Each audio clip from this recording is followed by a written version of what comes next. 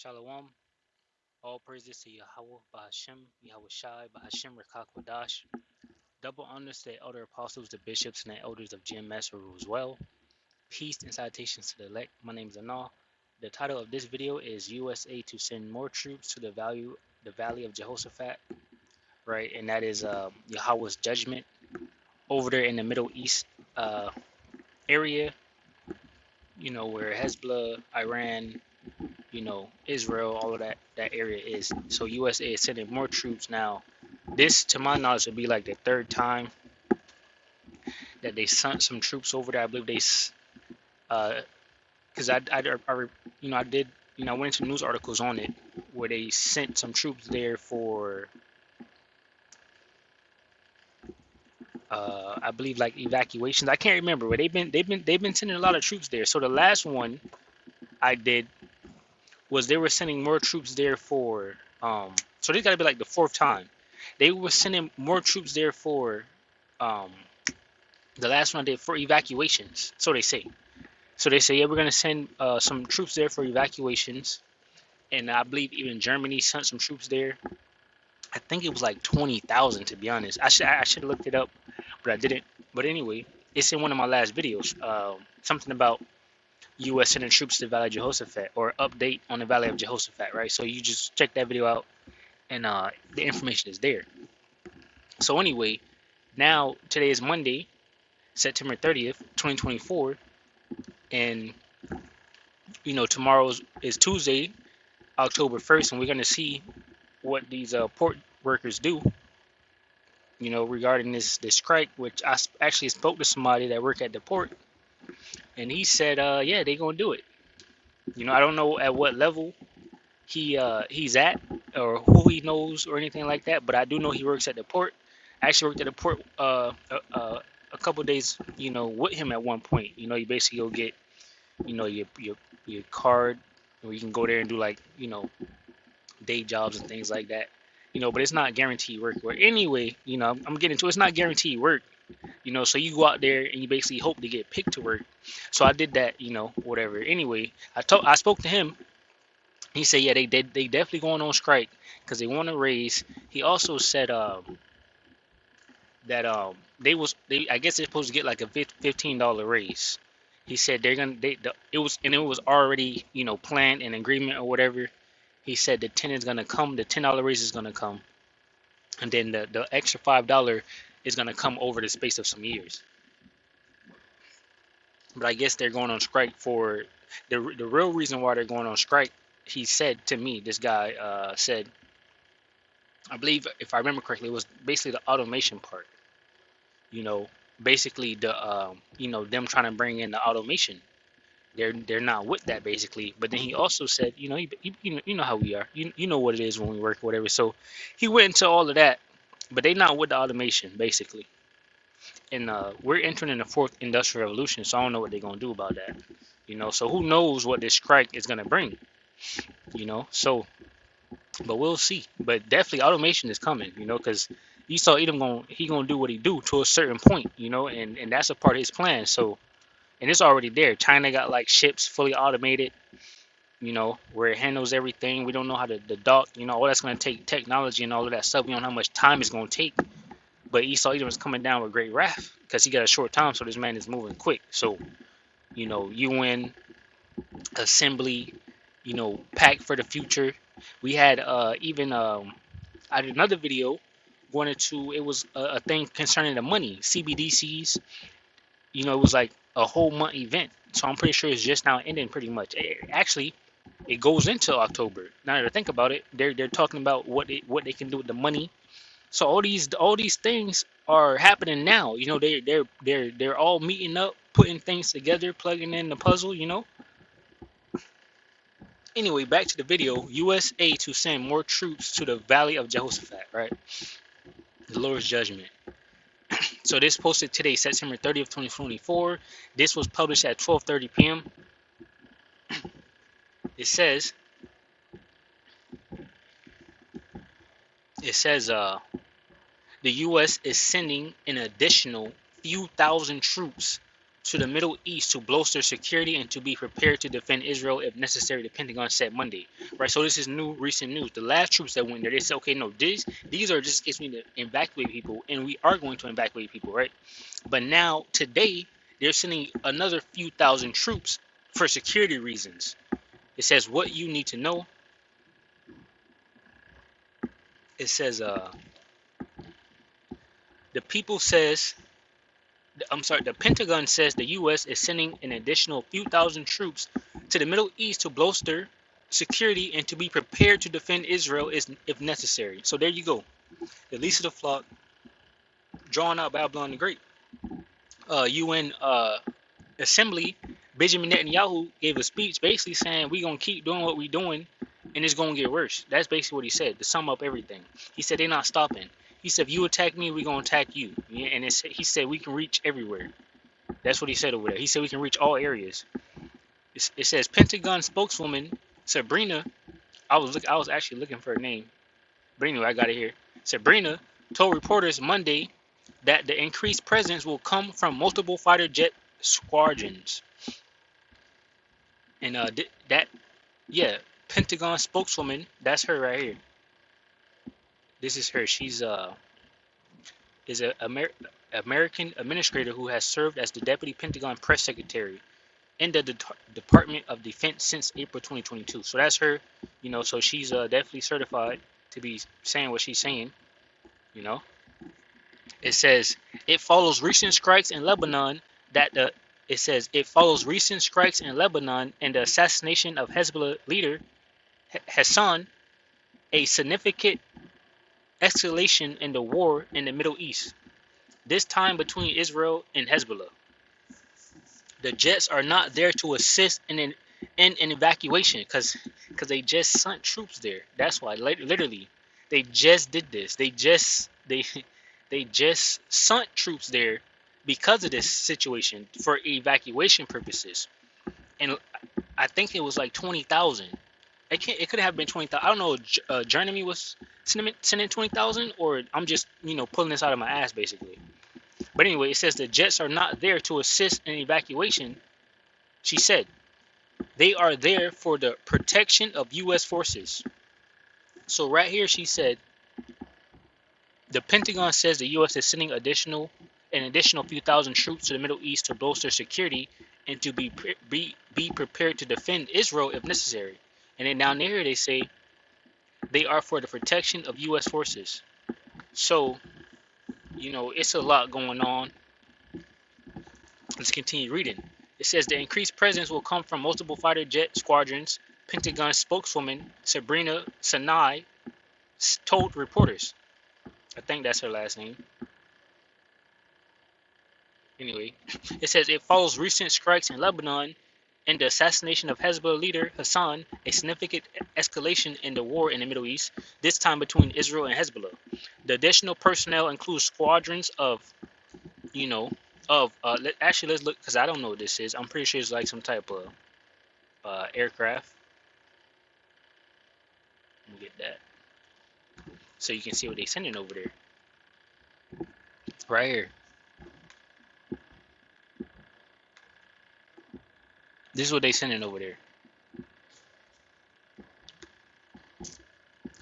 The additional personnel includes squadrons of, and it says squadrons, so there's going to be a lot of them. Because they said a few thousand troops.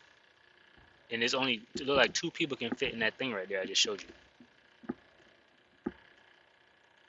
It says an operational unit in an air force consisting of 2 or more flights of aircrafts and the personnel required to fly them.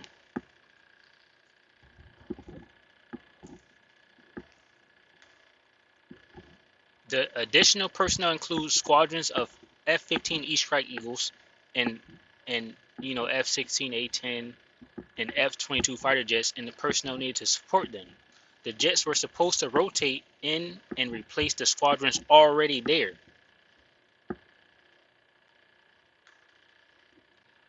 So, like I said, they already sent some troops there. So this got to be the 4th time because they sent some troops already. They sent an aircraft carrier already over there. Then they sent more troops for evacuation purposes, and now they sending more troops for safety reasons.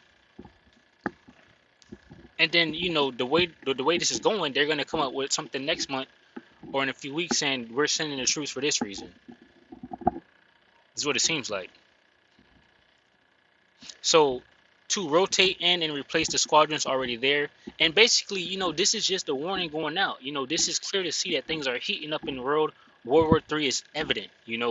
These nations are going at it, right? Troops and things are being put in place. That's all this is. So we're giving diligence. No. We're measuring the time diligently in itself. Because we just gotta be mindful of what's happening around us. Be in the spirit, be circumspect. Second Esdras chapter 9, verse 1. He answered me then and said, measure thou the time diligently in itself, and when thou seest part of the signs past, which I have told thee before, then shalt thou understand that it is the very same time wherein the highest will begin to visit the world which he made. And everything is happening. It basically you have this UN General Assembly meeting, and them talking about the pact for the future. You have Israel and Hezbollah at war. You have Babylon the Great, going over there trying to give them security. You got the MOTB, RFID talks, digital currency, digital world, automation. Everything is there. MOTB, Jacob Strobel's on the way, right? Because what is this going to bring? You got right now, we don't know what's going to happen with Donald Trump and Kamala Harris. So these are things that we're being mindful of. It says, okay, right here. The jets were supposed to rotate in and replace the squadrons already there. Instead, both the existing and new squadrons will remain in place to double the air power on hand. So United States is not supposed to be there doing nothing. But now they're doubling their power over there. It says on Sunday, Defense Secretary Lloyd also announced that he was temporarily extending the USS Abraham Lincoln Carrier Strike Group and its associated squadrons in the region. So he's extending the time that carrier was supposed to be there. Eventually it's supposed to leave up out of that area, but it's gonna stay there, right? And so they had plans to get it up. They had plans to get out of there, but Israel's making them stay. It says the jets are not there to assist in evacuation. That's what they said. That's what she said. They are there for the protection of U.S. forces. All right, now I think this is Biden talking about what he said here, because he wants a ceasefire. It says U.S. President Joe Biden indicated on Monday today he was opposed to. I believe that was today. I believe so, because it's September 30th in this article here. It says U.S. President Joe Biden indicated on Monday he was opposed to Israeli ground operations, which they started those ground operations today, to Israeli ground operations in Lebanon, and called for a ceasefire as tensions spiral after the killing of Hezbollah leader Hassan. Right? I'm more aware than you might know, and I'm comfortable with them stopping. We would have a ceasefire now. We should have a ceasefire now, Biden told reporters when he was asked if he was aware of the reports of Israeli plans for a limited operation and if he was comfortable with one going ahead. So, things are heating up and we're keeping watch because this is going to affect everybody. It's going to affect the world, war and all of that. So, let's get these scriptures. Jeremiah 50. And this is a prophecy against Babylon the Great. It says, the word that the Lord Yahweh Bashmiel Shai spake against Babylon, this is Jeremiah 50 and 1, and against the land of the Chaldeans by Jeremiah the prophet. Declare ye among the nations and publish and set up a standard, publish and conceal not, say Babylon is taken, Bel is confounded, Merodach is broken in pieces, her idols are confounded, her images are broken in pieces. Right, so basically, this is just going into a prophecy against Babylon the Great.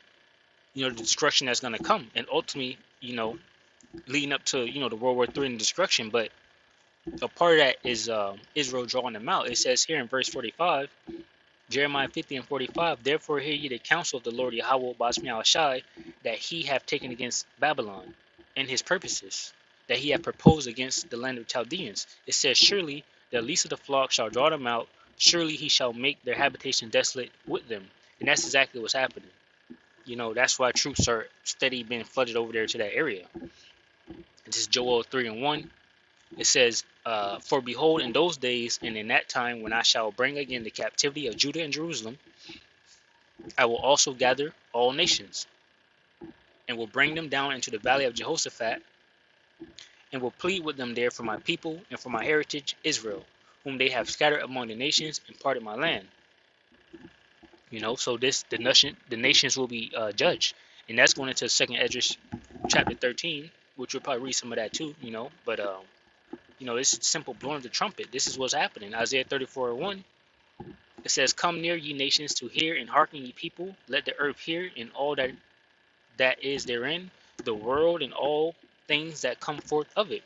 For the indignation of the Lord Yahweh Bashmael is upon all nations, and his fury upon all their armies. He hath utterly destroyed them, he hath delivered them to the slaughter."